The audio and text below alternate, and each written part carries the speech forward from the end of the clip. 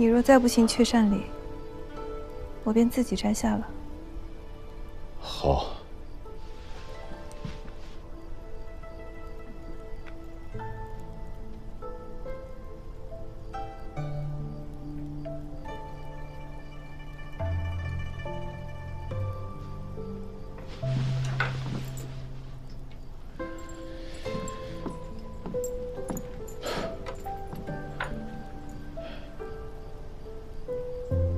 你呆站子做甚？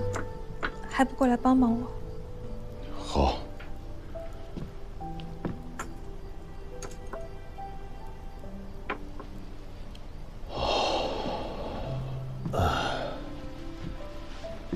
你这官确实有些分量。官人难道没有什么话要与妾身说吗？只怕我说的话有些不中听。妾身听着。再过几日，我便要随军出征了。妾身知道，阿爹和阿兄也要去。官人想去吗？想。大喜之日，本不该提这些杀伐之事。可是我担心今日不说。妾身知道，官人说的是真心话。官家要北伐燕云了，阿爹总是担心，可阿兄很欢喜，官人也该是欢喜的吧？燕云之耻，刻骨铭心。大好儿郎谁无一分？官人可知，北伐燕云最紧要的是什么？那自然是粮秣、给养、兵马。得从河东与河北两路出兵，使得契丹东西不可相顾。这第一桩要紧事，是官人务必要活着回来。如今的世道，咱们做女子的，是万没有从一而终为你守寡的道理的。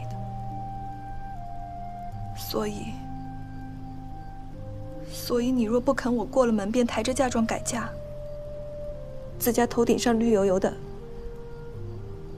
便最好活着回来见我。这第二桩要紧事，是阿娘说的。岳母大人有何吩咐？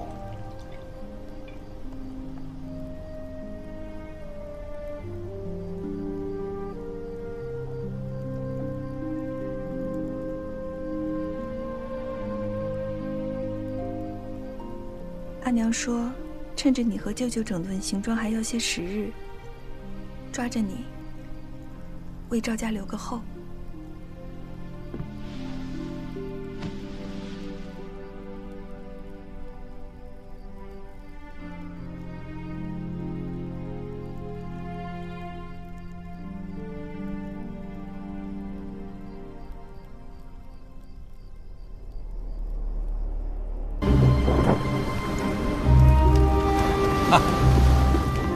你看，黄龙社的战船啊！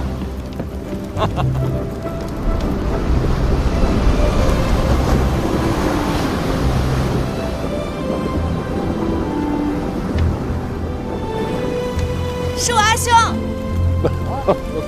阿兄，阿兄，三哥！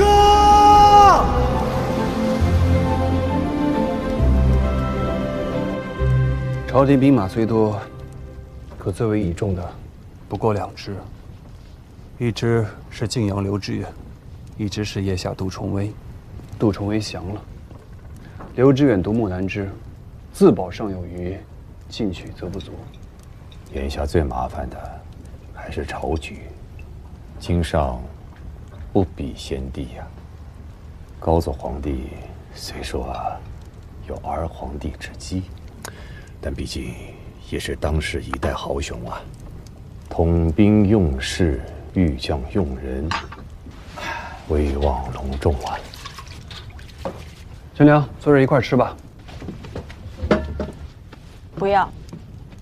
你们3个人说的话，我一句也听不懂，坐在这儿也是无趣。看你们2位老哥这么多年不见面了，一见面就说这些无趣的话，也不嫌烦恼。九郎啊，还是这般好玩性的。这如今也入了朝堂了，这些个军国之事，怕是由不得你不关心了。我家先祖遗训叫做势大。契丹铁骑再奢折强横，他总不能一口气骑着马冲过长江来吧？中原之地，便是搅成了一锅烂糊粥，换上他20-30个朝廷，70-80位天子，又何损于我吴越半分？郎君这是在吴越太平之地待久了，未曾见过天崩地裂之危啊！汴梁城中，谁做天子，皆是一般的称臣奉表纳贡，那天崩地裂，又与我等何干？三哥，你尝尝。九郎还是太年轻啊，小心思、小聪明是有的，涉世未深，见识浅薄。六郎是如何想的？该拜七郎来才是啊。人总不能一辈子年轻，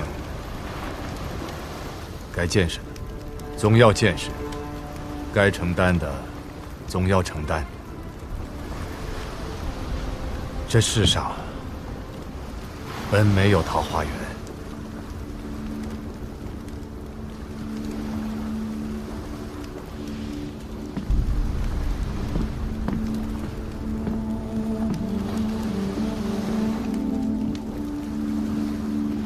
你看，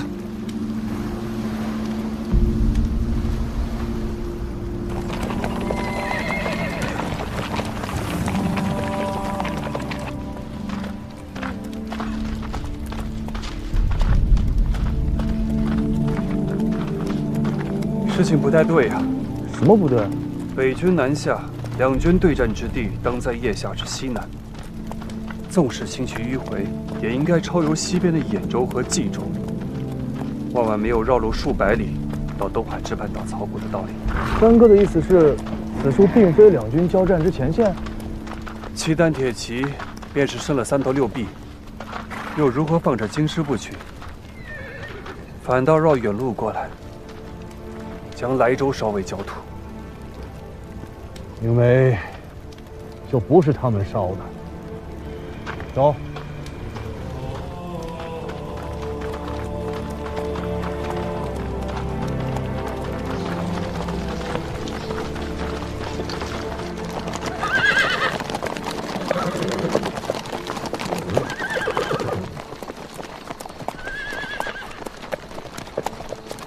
骑马要用腿上的力道，夹紧马腹。你抓着安环不管用。你闭嘴！你还是莫要骑了，上我的马，我带着你走。说了让你闭嘴！吁！摔伤了吗？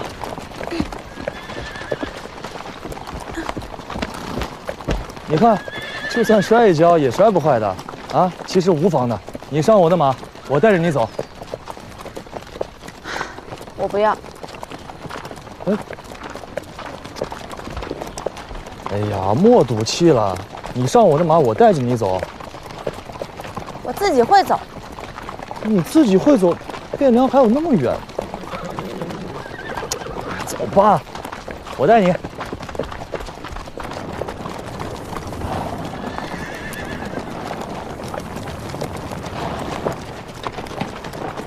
你看，御马不能靠手，你得用双脚。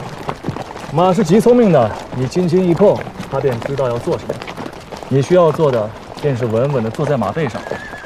试一下，双腿夹紧，夹紧了吗？怎么样？稳了吗？走。走。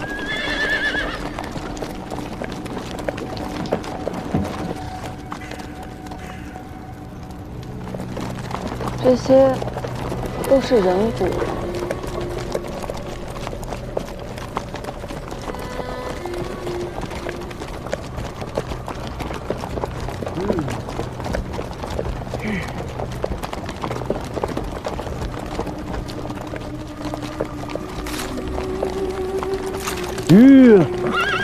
那个人在做什么？他太饿了。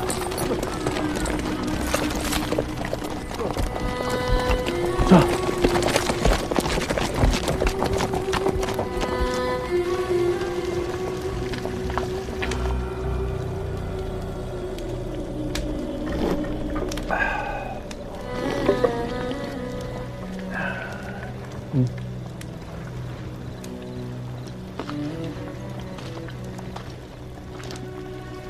梁军，还是用一些的好。眼见入了冬，北方越走越冷，肚子里边没了热乎劲儿，身子遭不住啊。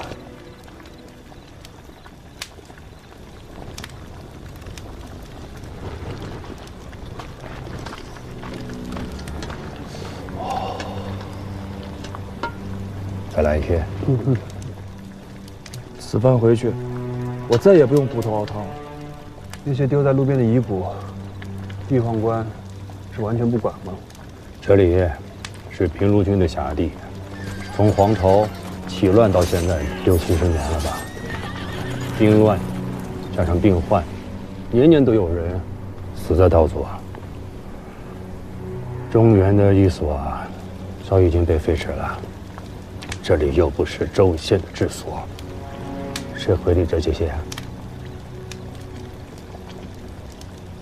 你们看到的那些尸骨，是他们怕阻塞道路，妨碍过兵，这才清理到路边的。这么多尸身，是要出大事的。这北边来的人，真是一点忌讳都没有。他们当然已经是司空见惯了。疾病固然是可怕，但是比起兵乱死去的，或者是那些被掳去充作军粮的，能够患病而死，已经是大福了。杨军，你不喝一些吗？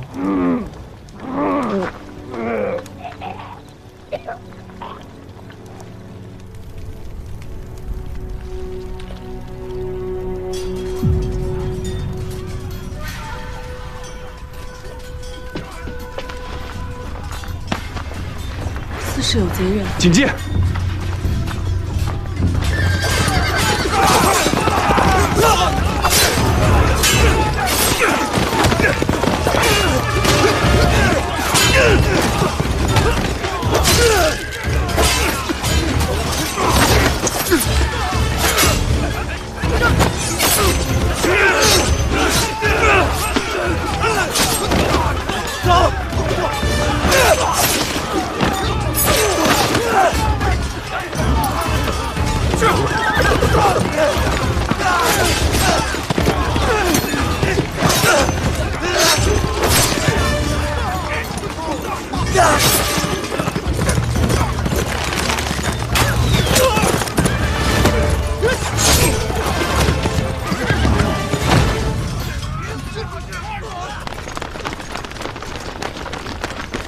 使君、郎君，这边无事吧？出什么事了？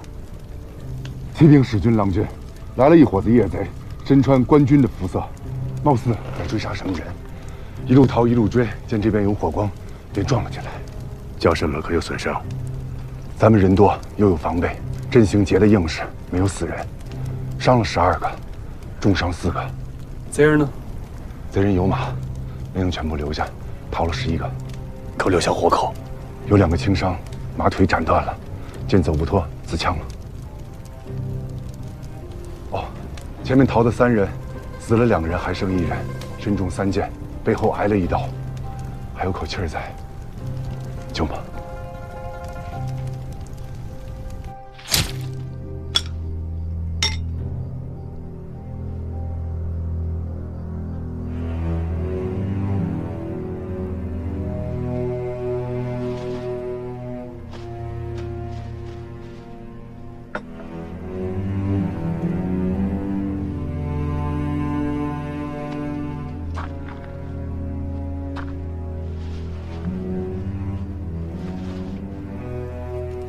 河东军，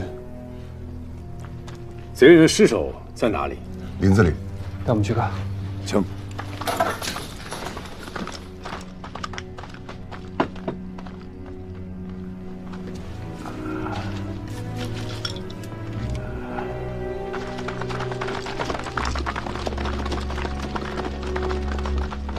他们穿的是官兵制式的衣甲。很显然，他们不是契丹人。师尊，这是从一个军校身上搜出来的。魏博牙校。番汉内外马步军孔目。这是河东晋阳军的编制，字里可用聚太原便有了，实则是沙陀人的亲兵。这孔目大约是个官职吧，却不知道是做什么的。收拾下东西，即可动身。此处不可久留。那个人呢？他伤太重了，走不了的。一旦受了风寒，只会死得更快。北边藩镇之间的仇杀龃龉，非我吴越偏帮所能预闻。这件事，咱们管不了。那便把他扔在这不成？用马驮着带走不行吗？郎君，咱们马匹本来便少，再带上4个受伤的亲兵，便有4个督校要走路行军，那些都是咱自家兄弟，都体谅的。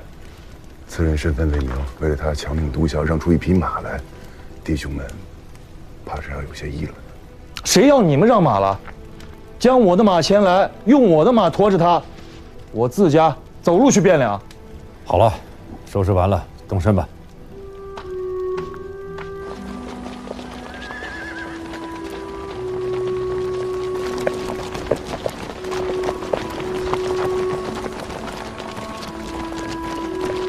郎君，骑卑职的马了。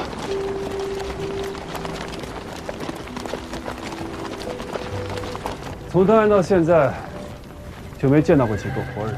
你上一遭来也是这般模样吗3年前这里萧索归萧索，但是县城周遭还是有人烟的。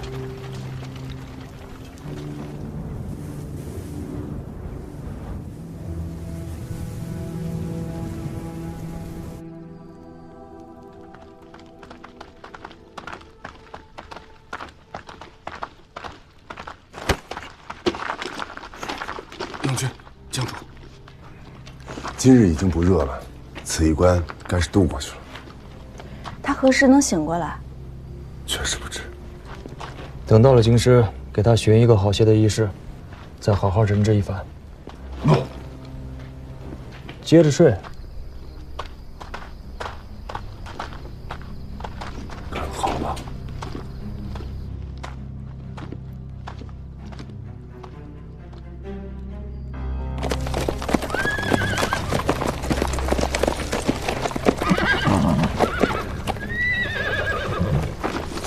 小人侍卫秦军下班之役杨光义参见大使。如何是你来接我们？快快请起，便是不必多礼。小人们奉了相公的军命，来迎接大使，一同入京。今时如今，情势如何？不大好，腋下的兵已经占据了丰丘，强锋直抵陈桥驿。东面东明镇外的赵皮和通瓦乡2座寨子都有斥候滋扰。带队将官是谁？是张国军的张太尉。张念泽，此人用兵一向有凶悍彪扬之名。北临丰丘，东掠东明，这是要从侧面迂回，截断京师南路。东明有多少兵？是谁在镇守？好叫这位贵人知道，东明虽然有2座寨子，但是没有多少兵马。要真打起来，也是一日间的事。东明一旦泄露，下一个必是陈留。小人今晨路过陈留，陈留令跑了，城里已经乱了套。小人们没有进城，是绕城过来的。今时如今，是谁在主持防城大计啊？此事说起来尴尬。太尉和将督们推脱了1个多月，相公们也没个主张。那冯令公呢？老令公是10几日之前回的京师，这太尉们排着队，又是金又是字画想见他老人家，可是1个都没见到。每天只是在京中加班，兵上的事一律托给叔父，问都不带问的。那天子呢？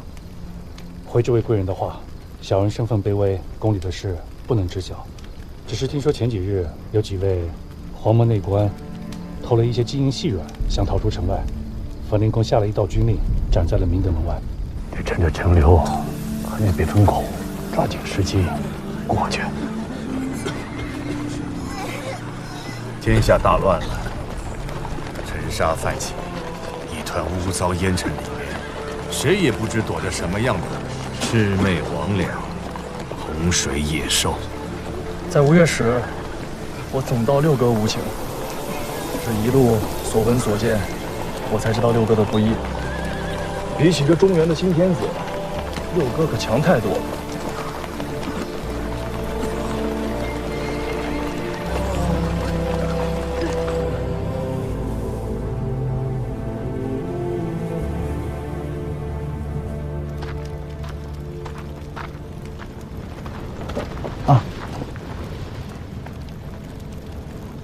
怎么了？身子不爽利？那确实怎么了？你再不痛快，饭总不能不吃啊！特意给你拿的菜汤。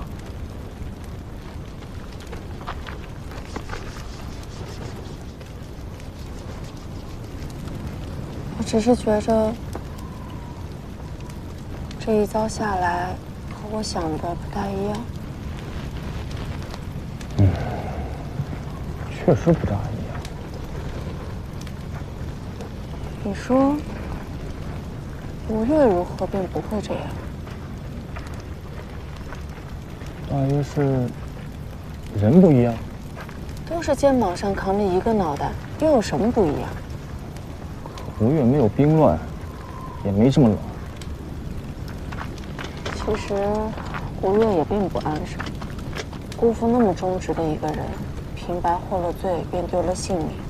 阿兄也是啊，若不是阿娘一怒之下截断了钱塘，怕是也要……功勋们各有各的心思，宗室里面也有家务事。可这些跟梨树前手都没干系。农夫稼穑、渔子营生，皆无碍的。平日里有辽浅渡修河堤，有营田司兴水利，没有流民，也没有乱兵。这道路两侧也没有这许多百姓。你说的这些，都是极平常的。可在这里却见不到。你说的是啊，这都是极平常的，可在中原却都没有。